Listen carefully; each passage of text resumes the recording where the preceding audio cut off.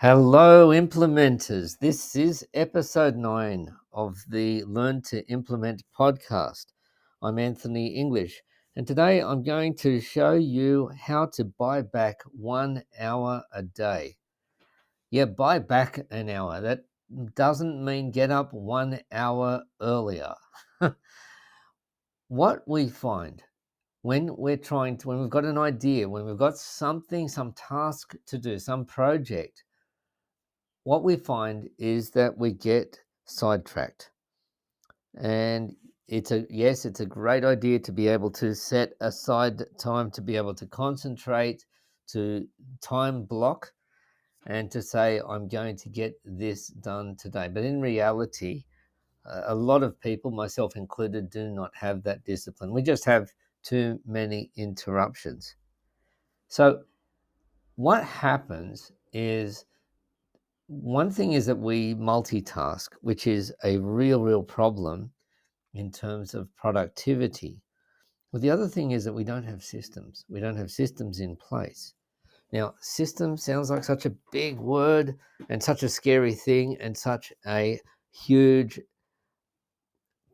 project in itself to do, to create a system. But here's what I mean. Let's take a really simple task and then we'll see where you could improve it to buy back some time. So let's say that a task, all right, I'm working on something digital, something online. So I'm going to I'm going to update the thumbnails on my YouTube channel, and I've got a few of them to do. Or maybe I want to register a warranty for an appliance for the fridge that I have bought. Or maybe I need to do something for work and I need to do it for multiple servers, for example, or multiple people, or multiple instances, multiple customers. And I've got to do pretty much the same thing each time. So you've got step 1, and then step 2, and step 3, and step 4. So let's take the example with the customers, and let's say that you're doing a copy and paste of some customer information out of a spreadsheet into an application, or from an application to somewhere else, or you're doing it, you need to send a copy to somebody, you need to email them, you need to put it into a document. This is a very common task that a lot of people have to do.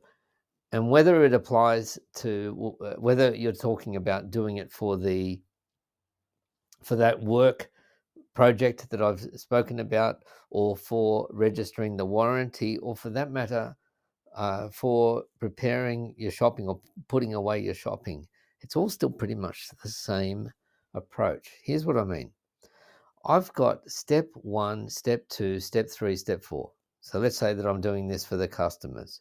Okay, so step 1 is I'm going to copy the customer's name and maybe a customer number across into some other application, and then I've got to go and look that up. I've got to look up their address, or look up their email address, or I've got to mark whether I have contacted them or not, or invoiced them or not, or whatever. And you're probably thinking, well, yeah, but there's probably an app for that. Well, maybe there is, but often I find that apps themselves still require you to talk to other apps, and that often happens through copying and pasting. The short answer is that you could avoid the copying and pasting, and that would solve your problem. That would buy you back 1 hour a day. But let's not take the short answer. I've got 5 steps to do, and I've got to do it for, say, 10 customers. Those 5 steps, I'm going to do them in order. Step 1, step 2, step 3, step 4, step 5 for customer 1. And then I do it for customer 2, then for customer 3, and so on. The problem is that I might get stuck on customer 2 in step 3 because there's some information that isn't right. We need their zip code. I need to look it up. Whatever. I am going to get stuck. So here is what you will find is going to buy you back some time, because if you were doing one customer at a time, steps 1, 2, 3, 4, 5, and then you went on to the second customer, 1, 2, 3, 4, 5, and then the third customer, the 5 steps. If you were to do that without interruptions, without getting waylaid, then it might actually be very, very fast.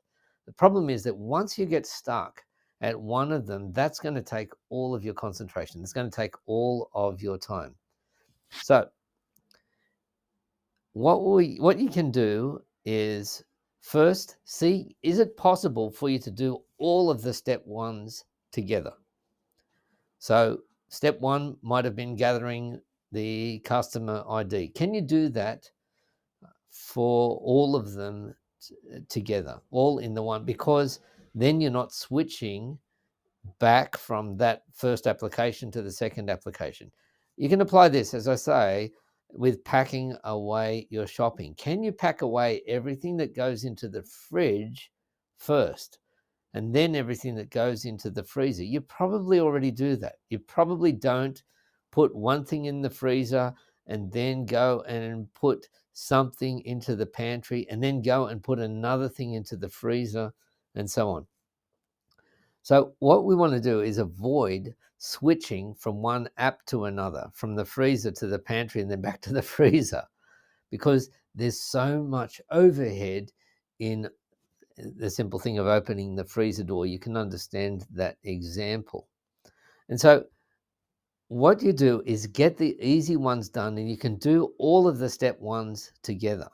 The other way you could do it is say, I'll do steps 1, 2, and 3 together. Or is there a way that I could make steps 1, 2, and 3 all combined into one step?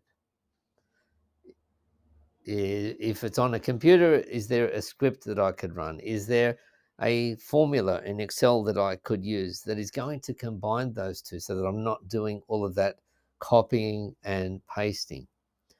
So you think of a grid, think of a table here. We've got steps 1 to 5 for, say, 10 customers. Okay, so we've got 50 boxes, 50 squares that we have to tick effectively.